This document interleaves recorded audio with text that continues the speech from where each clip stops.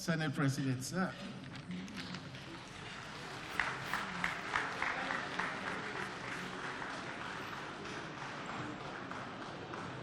Thank you. The Deputy President of the Senate, the Deputy Speaker, distinguished principal officers of the Senate, honorable principal officers of the House of Representatives, my very distinguished colleagues, senators, and honored members of the House of Representatives, other guests present, distinguished ladies and gentlemen. Mr. President, I intend to be very brief. This is supposed to be a dinner, and it is. And we have so far enjoyed the meals, and of course the music. Mr. President, this dinner is beyond eating. I think the purpose of this dinner is to bring these two sides of government that have worked so closely in the last 2 years. We clocked 2 years in June. And we believe that this dinner is an opportunity for us to interact. But Mr. President, this is your event, your occasion. I'm sure you will say more on why we are here. My understanding is this partnership that has seen so much in governance is a worthy partnership. Since the beginning of the Fourth Republic in 1999, Mr. President, I've never seen a government that is so challenged in terms of the paucity of funds and resources, and in terms of the myriads and massive challenges of development, particularly when it comes to security issues, to health issues, and other social vices that we have to fight against. So for us in the National Assembly, particularly in the Senate, right from the beginning, we decided that we as senators of the Federal Republic of Nigeria, though political parties and ideologies may differ, but in brotherhood, we must stand. And therefore, I will join my brother, the Speaker, to commend my distinguished colleagues for making sure that the Senate remains focused, remains undistracted, and in spite of the differences in the political parties, we are able to deliver when it will matter most. And we have delivered so well.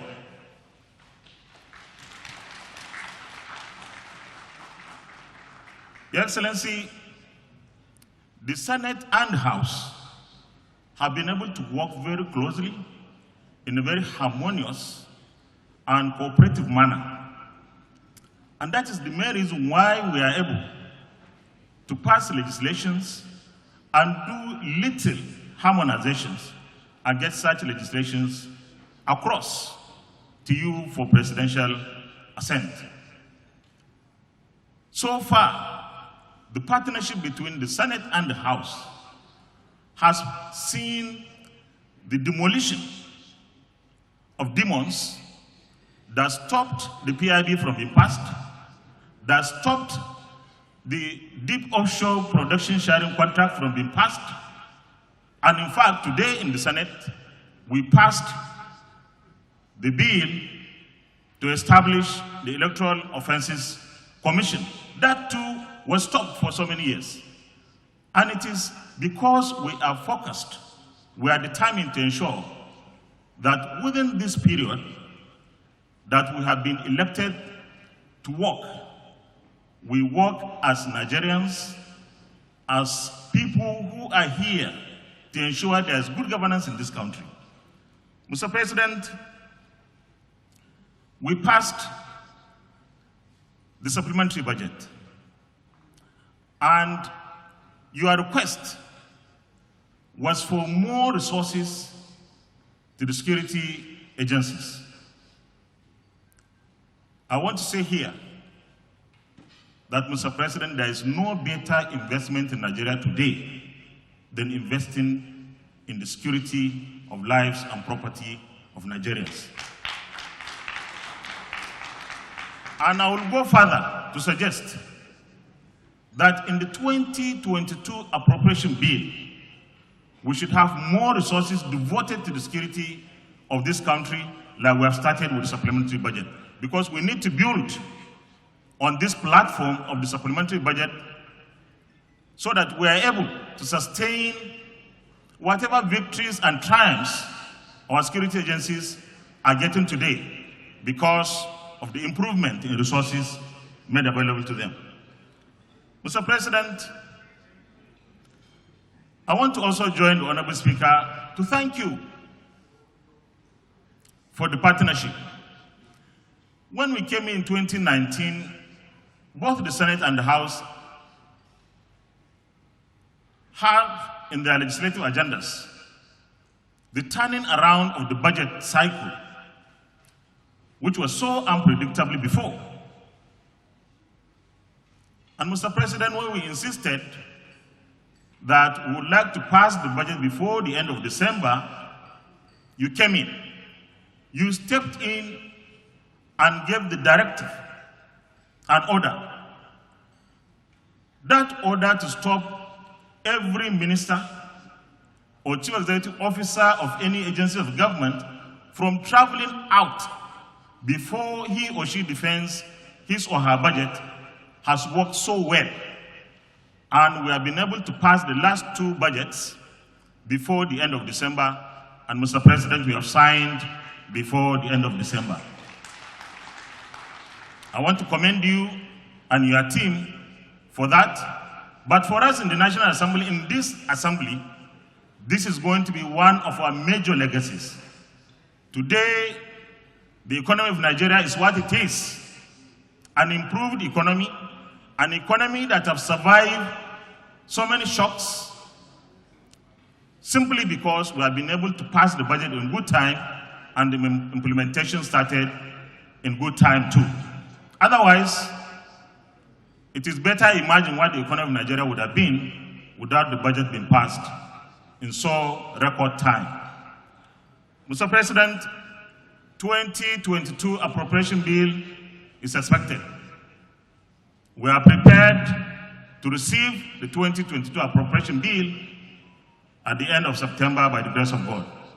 Ours is to continue with that our commitment of ensuring that we work on whatever is submitted to us, that we scrutinize and conduct all the necessary legislative duties to ensure that our scarce resources are properly targeted and prudently utilized. Mr. President, finally, I want to assure you, and through this medium, assure Nigerians that the Constitution review, which our committees in both the Senate and the House are undertaking presently, would be likely concluded before the end of the year. But I have a suggestion here. We have listened to so many agitations, so many issues be raised by Nigerians. I will urge Nigerians who feel very strongly about any issue not to sit at the corner of your house or your room and say, this is what you want. Come out, look for others, consult with others, talk with others, build consensus. That will make it possible for the National Assembly to quickly and easily review the Constitution to reflect your needs. When we are able to build consensus, we are able to make our nation more stable, more peaceful, and greater. Mr. President, once again, I want to thank you for this dinner. May God bless the Federal Republic of Nigeria. Amen.